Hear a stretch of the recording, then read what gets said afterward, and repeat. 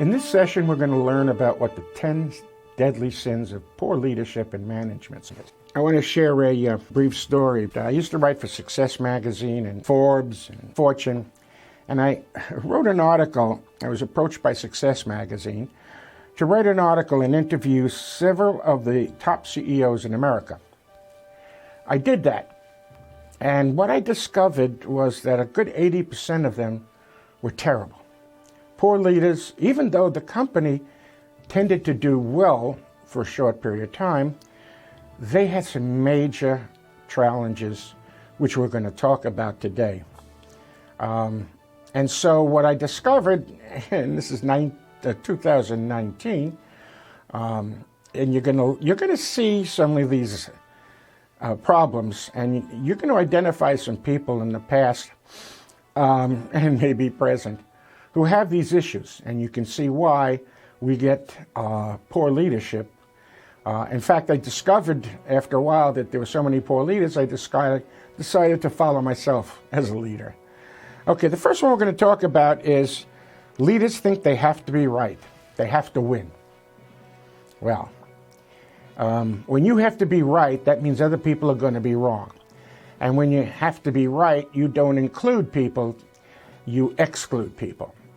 And you also place yourself in a position of know-all, be-all, and a win-all. And when you're only there for winning, you're going to have major challenges. In fact, I can remember a football giant coach who once said, winning isn't everything, and somebody added, it's the only thing. That's not what Vince Lombardi said.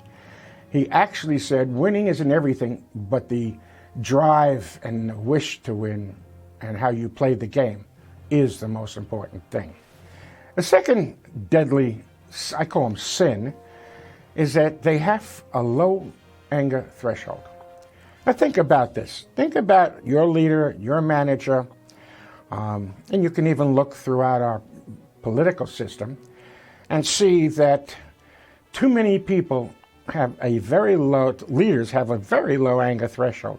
And when they have a low anger threshold, they then take it out on everybody else instead of fixing it within themselves. And it hurts the organization as well as the people who they're going to serve eventually. Number 3, too many leaders and poor managers externalize their problems by blaming others rather than taking responsibility for themselves. They don't want to externalize their problems and issues, so they lay it on other people and they use them as an excuse, as opposed to being human and acknowledging that they too can make mistakes. It costs them dearly, especially with their staff, and they don't get the true statements and help that they need from the experts around them. They have low tolerance and little patience. They want to get it done today. They want to have it done right away. They don't have tolerance for people who are very systematic, procedural, practical, analytical, and move at a slower pace. And that patience will cost them a great deal as the company continues to grow. They have a serious control problem. They have to be in control. I discovered that many, many, many years ago through my family relationship. And when the person who wants to be in control and has to be in control, that means nobody gets to make any decisions without them. It means they don't rely on experts, skilled people, or professionals to help them and support them as resources to make the right decision instead of the wrong one. Number 6, too many leaders and poor managers fear delegating. Now, they need people to be like them. They got to have yes people. They got to have people agreeing with them. The problem with that, ultimately, is they don't get the truth. And they think that because they're going to solve it and they have all the answers themselves, that they don't need help from experts and positive resources. That's going to cost them. And in a company that's supposed to grow, those people who move up the ranks want to be resources, want to be participating, want to be recognized, and want to give their feelings and their impressions and their expertise to build that business. They lack a sense of higher purpose. You know, if your purpose as a leader or as a manager is to make your people get more sales and get your needs met, I call that a cuck-up purpose, and it hurts people.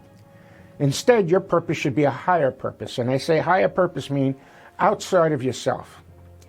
Who do you value? Who do you want to satisfy? Who do you want to help? Finding out what they want and need, including your staff. So have a higher purpose. My higher purpose is where I say specifically, I want to find out specifically exactly what it is you want or need, help you get it quickly and elegantly, even if I can't be the person to give it to you. I want to be a resource person and have you feel good about it, my services, and me. That is a higher purpose. Make sure you have a higher purpose when you work with your people and when you work with your clients. They lack the ability to sincerely recognize and acknowledge all their people. I've seen too many people in leadership positions and in management fail to give them credit, to give their people credit for what they do, who they are, and how they're working. Instead, they only find fault or what they didn't do, what they didn't accomplish, and who they're not, rather than who they want them to be. And when you don't recognize and acknowledge your people, there's a void and there's an emptiness. It's called hollowing out your feelings and emotions. Very dangerous, by the way. They have low emotional intelligence. They may have a very high IQ, but they have low, if any, rapport skills. They think by saying, "Oh, you did a great job. He's a wonderful person. I love him. He's you did," and then move on to the next thing. That is not what I call rapport skills. Finding out about them, finding out how they want or need to be recognized and acknowledged in their way, not yours. Visuals like to see things, and auditories like to hear good things. Kinesthetics like to feel good things and be acknowledged. Do that, and you'll be more successful than these people. Well, I'm not going to spend too much time on that. They lack authenticity and true honesty, integrity. Too many leaders and managers are not who they are or show who they really are, because apparently too many of them don't feel very good about themselves inside. The difference between confidence and the difference between that and success and feeling good is how you feel internally. How do you rate yourself? How do you see yourself as a positive, authentic, who you are type person? And when true honesty and integrity come through, most people will recognize it. Now you've got the 10 deadly sins of poor leadership. And again, look at the people who are leaders today and see what one of these or combination of these they have, and you'll know where you don't want to be or who you don't want to work for. I want to leave you with this message. People may soon forget what you did or didn't do for them, but they'll never forget who you are and how you've treated them, so you better treat them well. To learn more about Brian, the founder and CEO of the Sales Catalyst and Coaching Catalyst Inc., go to brianazar.com or salesdoctor.com. You can reach Brian at brian@salesdoctor.com or give him a call at 919-620-1551. Be sure to ask Brian about a complimentary coaching session.